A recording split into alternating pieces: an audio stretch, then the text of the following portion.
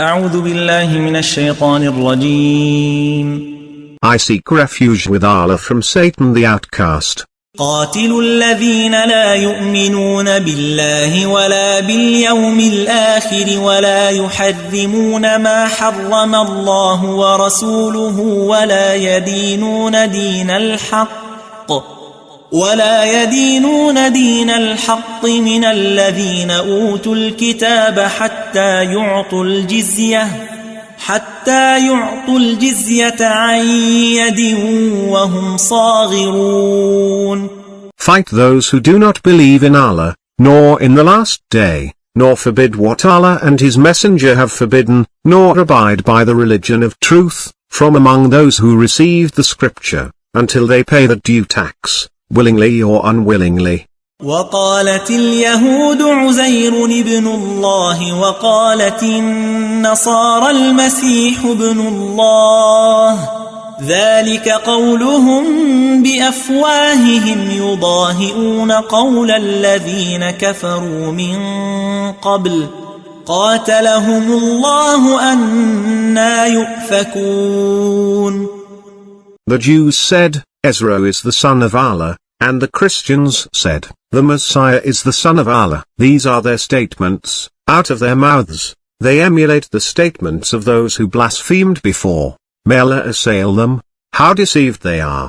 اتخذوا أحبارهم ورهبانهم أربابا من دون الله والمسيح ابن مريم وما أمروا إلا ليعبدوا إلها واحدا لا إله إلا هو سبحانه عما يشركون.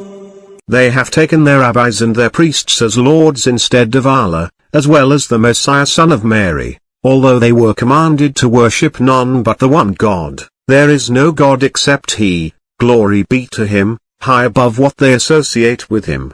يريدون أن يطفئوا نور الله بأفواههم ويأبى الله إلا أن يتم نوره ولو كره الكافرون. They want to extinguish Allah's light with their mouths, but Allah refuses except to complete His light, even though the disbelievers dislike it. هو الذي أرسل رسوله بالهدى ودين الحق ليظهره على الدين كله ولو كره المشركون. It is He who sent His messenger with the guidance and the religion of truth in order to make it prevail over all religions, even though the idolaters dislike it. يا أيها الذين آمنوا إن كثيرا من الأحبار والرهبان ليأكلون أموال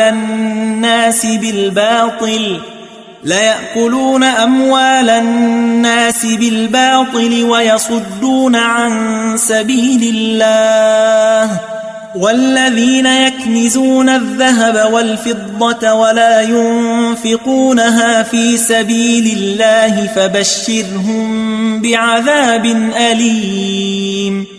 O you who believe, many of the rabbis and priests consume people's wealth illicitly, and hinder from Allah's path. Those who hoard gold and silver, and do not spend them in Allah's cause, inform them of a painful punishment. يوم يحمى عليها في نار جهنم فتكوى